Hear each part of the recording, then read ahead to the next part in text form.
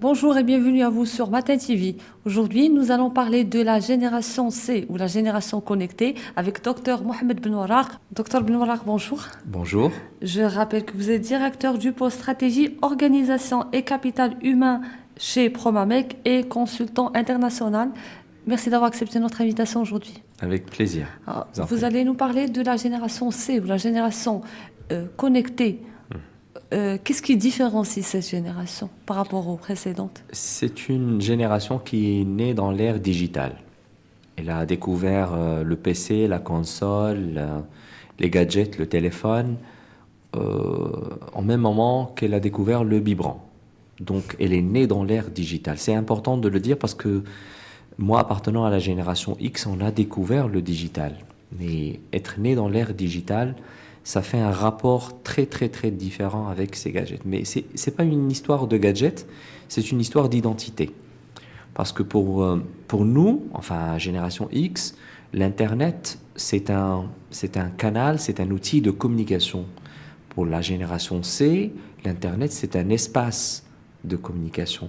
Et c'est un espace, c'est un monde virtuel où elle se positionne. Docteur Benouaraq, génération C, génération Z, c'est la même chose, c'est deux générations différentes. Excellente question à préciser encore une fois.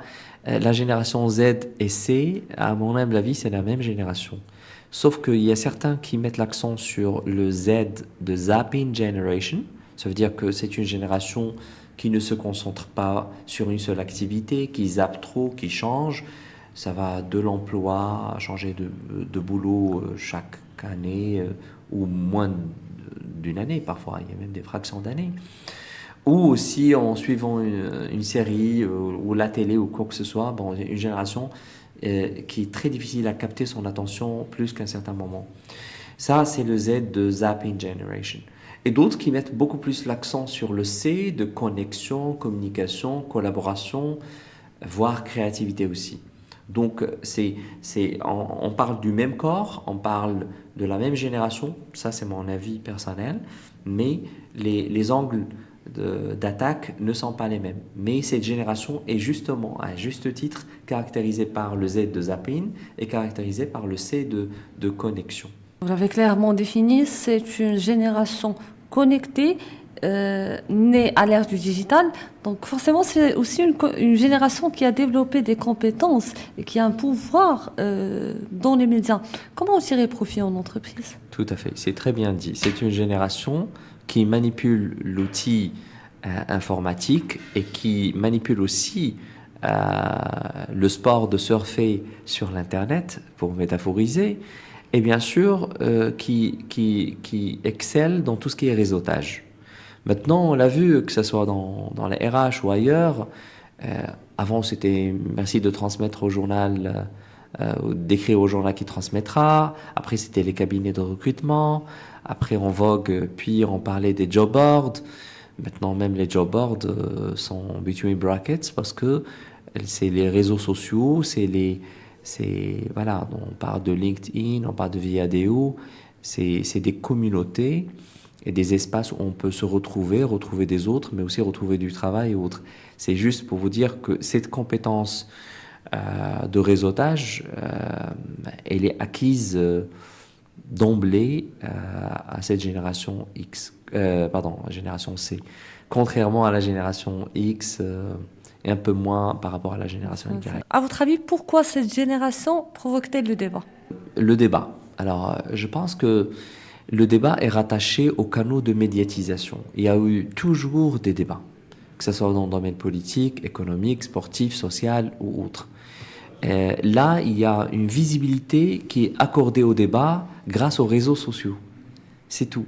Donc, je ne pense pas que c'est une génération qui veut créer le débat d'une manière anormale par rapport à la génération qui précède Y ou encore X, ou encore plus loin les baby boomers. Mais c'est juste qu'il y a une visibilité notable de tout ce qui se passe. Donc, quand vous avez les réseaux sociaux, on part d'un sujet et si ça fait le buzz, ben voilà, ça devient le sujet de l'heure. Donc il n'y a rien de particulier par rapport à la notion de créer le débat concernant la génération C, à mon humble avis. Il y a une autre problématique qui revient assez souvent, c'est la présence de différentes générations dans la même structure et qui peut donner lieu peut-être à des conflits. Ouais, Comment gérer cette situation? Parce que, ouais, on le vit au quotidien. Il y a la génération X, il y a la génération Y, il y a la génération Z/C. Chaque génération, il ne faut pas non plus créer des stéréotypes et des clichés et cacheter les gens par tel ou tel trait. Mais il y a des common trends, c'est des tendances communes entre ce qu'on appelle une génération, sachant aussi qu'une génération par définition c'est 33 ans. Alors là on ne respecte pas le principe de définition de génération parce que tellement ça va vite, il y a des caractéristiques qui unifient chaque groupe ou regroupement de personnes. Les X verront moins mal l'expression de l'autorité hiérarchique. Ils l'ont vécu, ils l'ont accepté. Y, ils sont dans le digital, mais pas aussi connectés que la génération C ou Z. Mais il faut distinguer entre les différences comportementales qui relèvent de l'identité de l'individu. On peut trouver quelqu'un qui appartient à la génération C et qui ressemble en termes de traits de comportement à quelqu'un qui est de la génération X ou même Y. Mais les tendances communes qui rallient ces générations sont certaines. La notion d'équilibre vie privée, vie professionnelle, qui est beaucoup plus importante chez les Y et aussi encore plus chez la génération Z/C. La génération C qui requiert beaucoup de choses telles que comprendre avant d'entreprendre, qui requiert aussi le respect dans le sens large, le respect de ma vie privée, ma vie personnelle. Du moment où tu me donnes un travail à faire, moi je fais partie de la génération C connectée et j'écoute, j'ai les écouteurs, j'ai mis les écouteurs et je WhatsApp avec quelqu'un. Toi, en tant que responsable hiérarchique, je vois mal comment tu peux me reprocher le fait que j'écoute la musique tout en travaillant et que je WhatsApp, du moment où j'ai un livrable à donner. Donc, parle-moi du livrable, du résultat de ma performance et ne me parle pas de comment je vis l'instant pendant les heures du travail. Donc, il y a un positionnement. Ce n'est pas une génération qui est forcément rebelle, ce n'est pas une génération qui est mauvaise, c'est une génération qui a sa propre compréhension de l'espace, des droits, etc. Et son propre mode de fonctionnement. Donc, et qui peut aller vers plusieurs choses en même temps, en parallèle, voilà, sans gêne, sans problème. Quelles sont les actions que le manager peut envisager justement pour créer un climat favorable au développement de tous? Il faut que le manager enlève ses lunettes X-ray, génération X, et mette des lunettes C-ray, génération C, connectée. Pourquoi? Why? Bon, référence à la génération Y. C'est tout simplement tant qu'on a un référentiel de vue qui est personnel. On va peindre le monde avec la coloration qu'on veut, celle à laquelle on a été éduqué.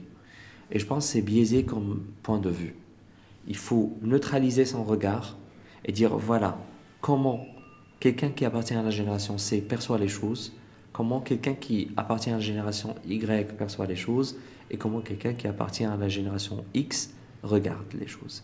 À partir de ce moment-là, je vais comprendre les motivations de ces individus. C'est une phrase clé, comprendre l'autre.